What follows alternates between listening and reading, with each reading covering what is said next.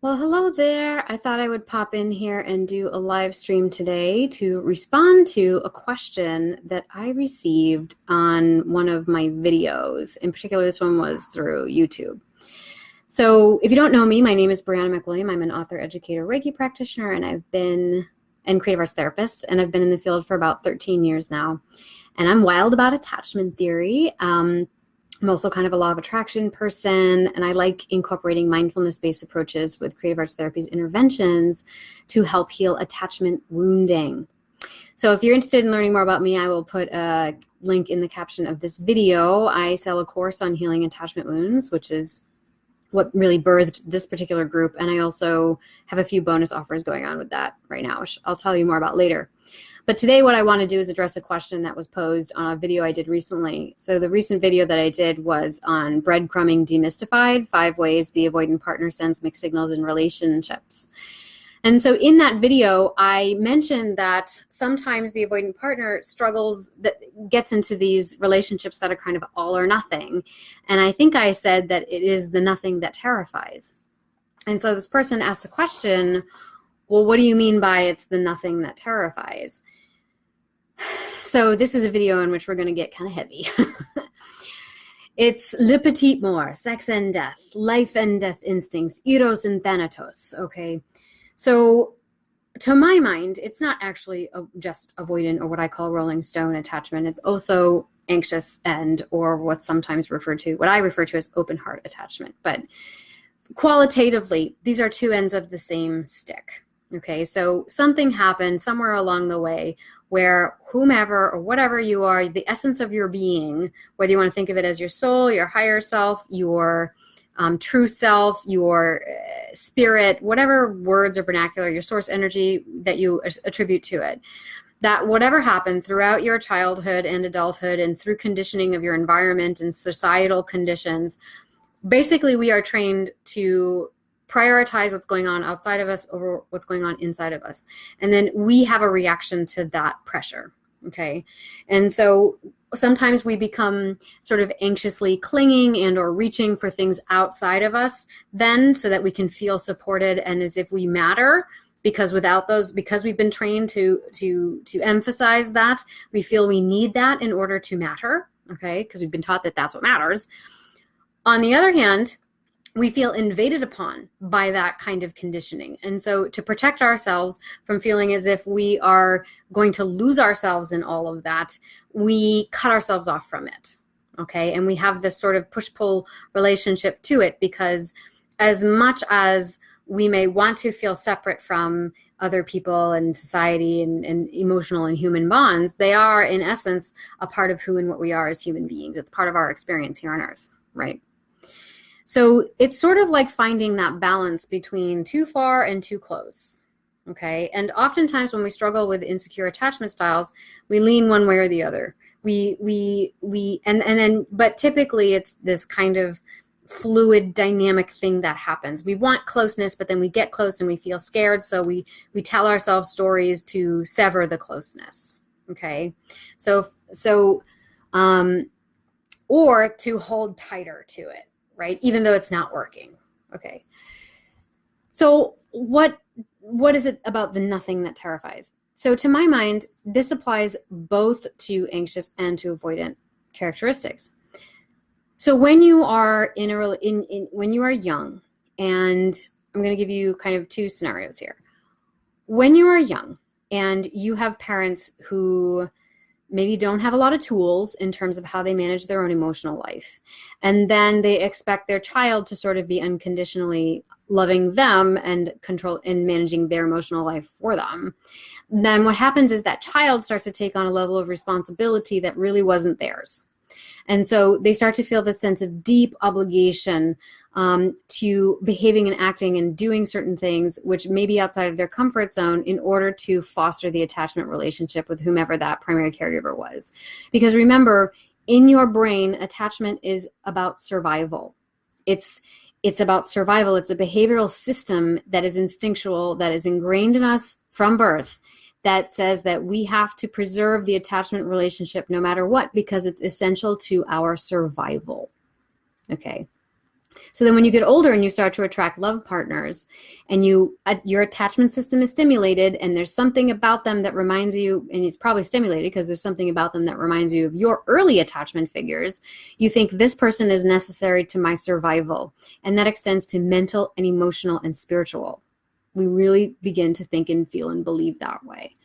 So what happens is sometimes we think, and if our experience has been one of enmeshment in particular, that if I am with this person, then they will subsume me. They will take over. Their strength of will, their intensity of emotion, their effusiveness is their hunger is insatiable. It's insatiable. And if I allow for it, I will always be managing their feelings for them, and I will disappear and I will be nothing. There will be nothing left for me. And so it is the nothing that terrifies.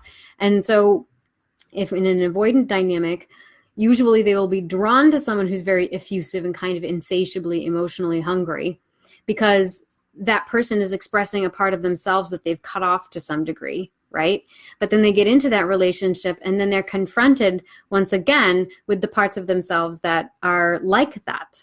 Because we're always just, it's like that yin yang. We're always just looking at some shadowed aspect of ourselves. And this is sort of like the gift of these kinds of relationships, is that they bring up to the surface the things and mirror to us the things that we're not always consciously aware of until we end up in a relationship like this enough times that we experience this level of discomfort that forces us to take a look at what we need to be taking responsibility of in the relationship. Okay. So I've kind of talked a little bit about this before, but so from the perspective of the anxious person.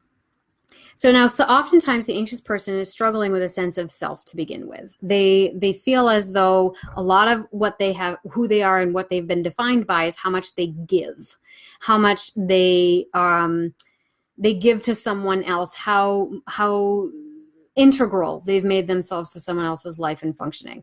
And if they can perform that duty well, then they're worthy, right? Then they must be worthy, because they often don't feel worthy enough independent of a relationship.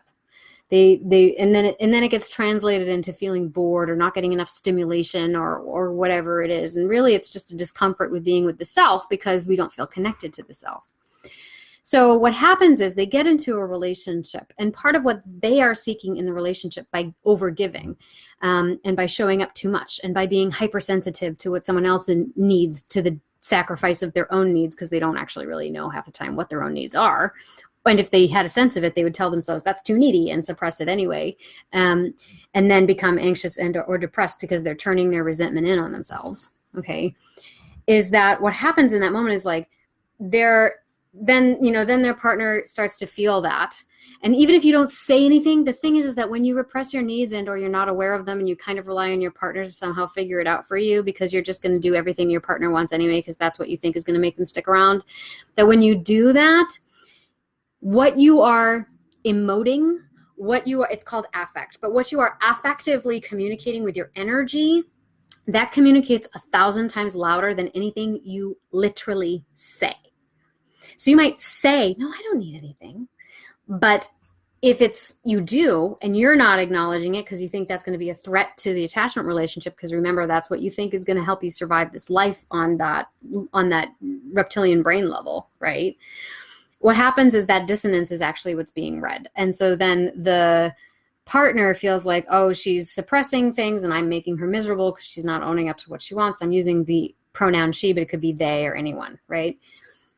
So what happens is that there's all these like unconscious communications going on there. So what happens is by giving and bending and like trying to like pretzel yourself into what you think your partner is going to need and or want so that they don't leave you, by doing that, what you basically are communicating is, I need you to fill me up. I need you to love me so that I'm worthy enough.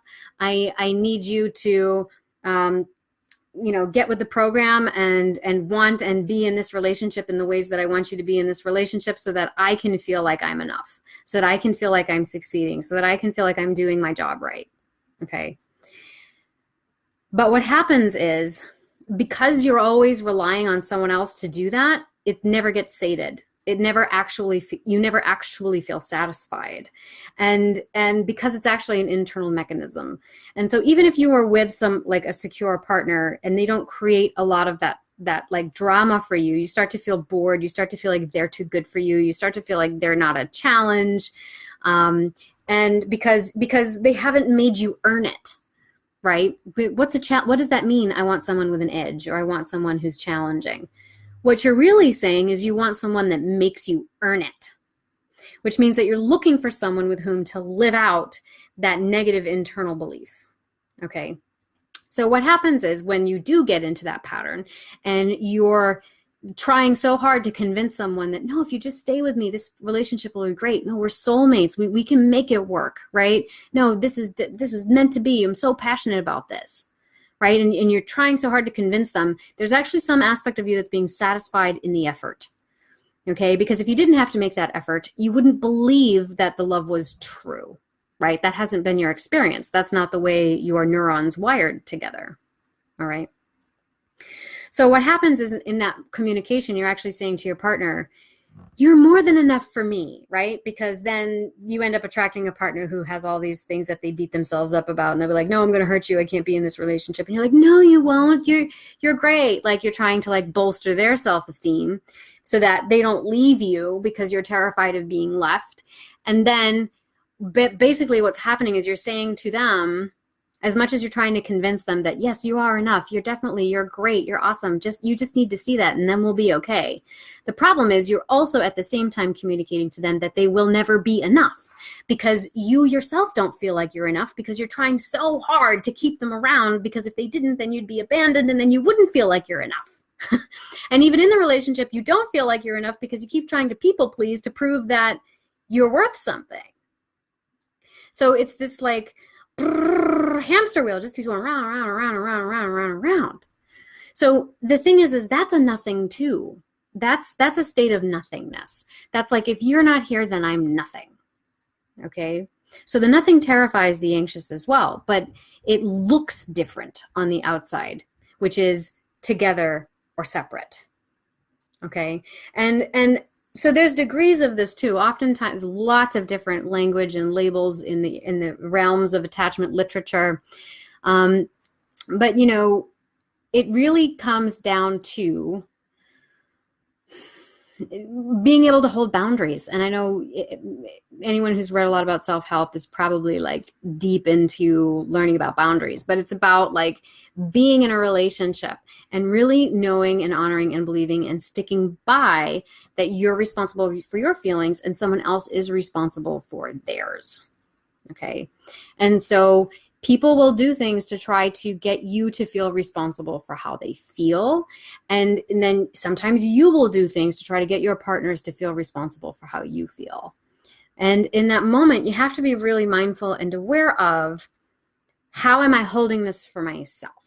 Right? How am I holding this for myself? If I'm feeling guilty and obligated to someone, then I need to take a moment and stop and breathe, not feel pressured or a sense of urgency, and just connect into who I am and what I'm feeling in this moment, being willing to take ownership of what is mine, but also being willing to put up a boundary and say, whoa, that's not mine. That's not mine. And this isn't actually about us. And so maybe now we need to take a moment to examine what is ours and what is baggage that we've brought in from before, right? And as you start to sift through, you each kind of have a responsibility for sifting through your own baggage. And once you clear that out of the way, then you get a much clearer picture of who is this person I'm actually in a relationship with. And, you know, your partner can't know that unless you know that. Your partner cannot figure that out for you.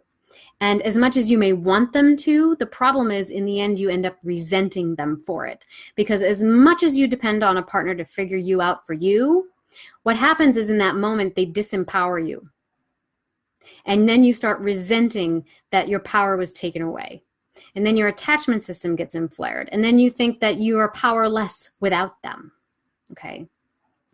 So this was kind of a meandering video. I'm not sure where I was going with that. Okay, the nothing that terrifies. So all of this is the nothing that terrifies, le petit mort, okay?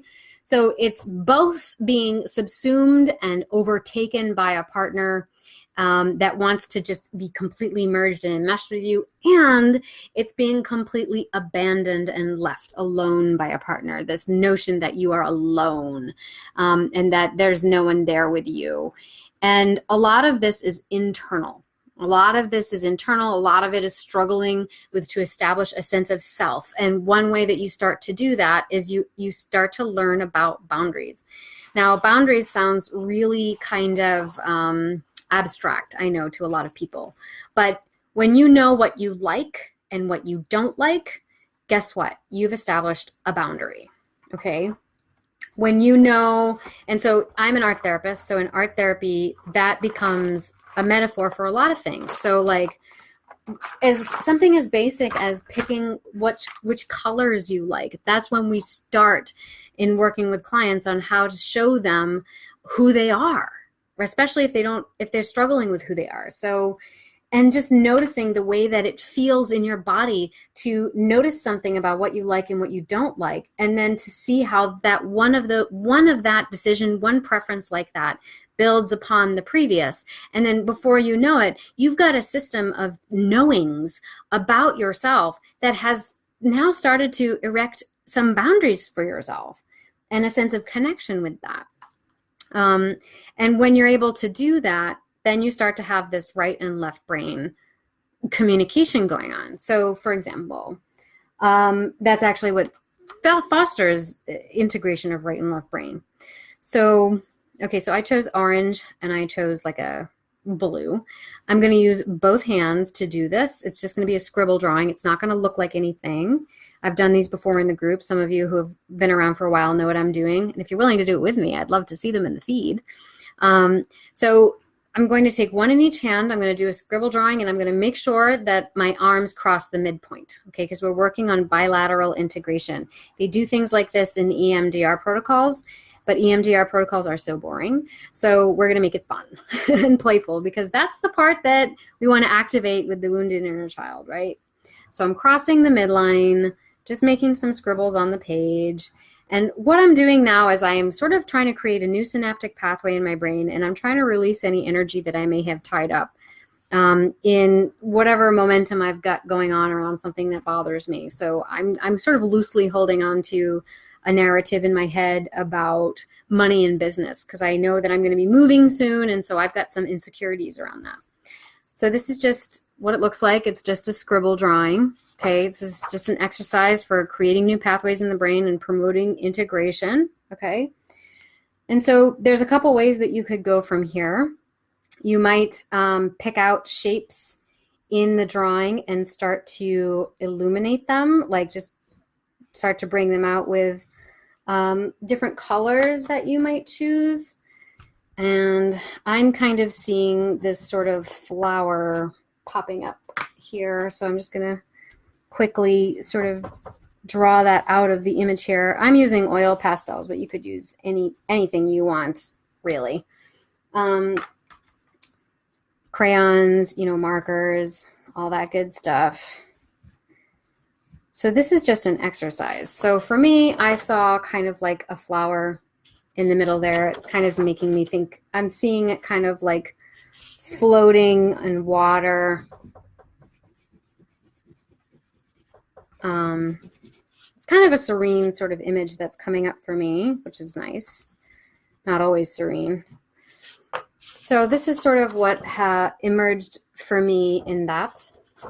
And so an extension of this, now, if I were to do this whole big thing, I would probably do a meditation where I would bring it into my body and I would see where it goes and whatnot. But today we're going to do a abbreviated version. So now I'm going to take my right hand, which is my dominant hand, which means that the left side of the brain is the most stimulated most of the time, right? And the left side of your brain has to do with logical, rational thinking. And so I'm going to write a question to myself. And as I mentioned before, my question is kind of around business right now. But if you have a question about love or relationships, I recommend that you try to generalize your question and make it broad. Because when you narrow your question and you make it so specific, like, is it going to work out with Jamie? right, then what happens is you actually cut yourself off from the possibility of you getting what you want. Because if Jamie's not what you want, but you really what you want, but you want to be with Jamie, then what you do is you narrow the field within which anything that might express itself to you or respond to that, in which anything could respond to, whether it's a higher aspect of yourself, whether you believe in angels or guardian angels or whatever it is that you believe in. What happens is you narrow the field and they can only answer within a very narrowed framework. Okay. So I'm going to keep the question open. So the question is something like, what guidance can you offer me with respect to business? So you might say, what guidance can you offer me with respect to my love life, right? You want to keep it open. Okay, so I'm going to switch hands and I'm going to go to my left hand and I'm going to respond with my left hand. So that is the non-dominant part of my brain, my right brain, the more creative aspect of myself. And depending on what you believe, maybe this makes it more open and receptive to, your angels coming through or whatever. I think of it more as my own source energy and my higher self. So I'm just going to respond in a way that just allows it to come to me without too much interpretation or monitoring.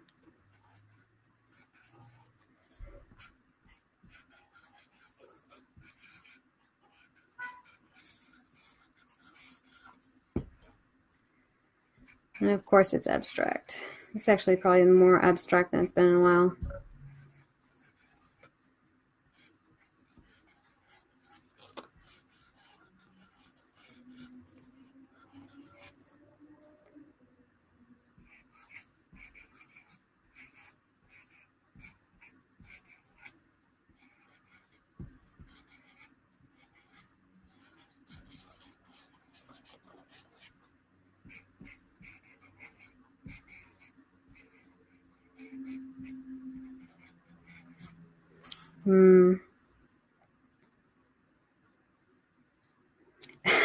It's got an image of a door with a red doorknob.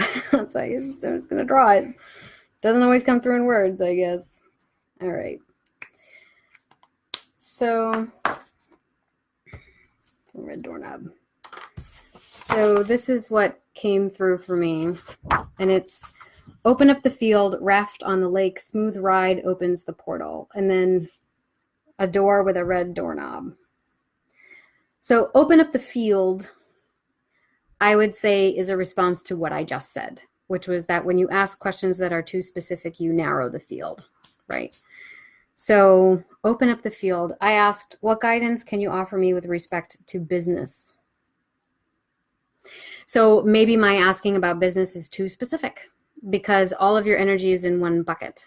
So my question is perhaps even too narrow because it may be that my energy is expended in other ways or parceled out in other places that are actually impacting my business, but to think of it in terms of just my business is narrowing the field too much. So like, for example, it could be that my feelings about love and relationships could be impacting my money situation and vice versa, right? If I have scarcity attitudes around money, I probably have scarcity attitudes around love and relationships, right?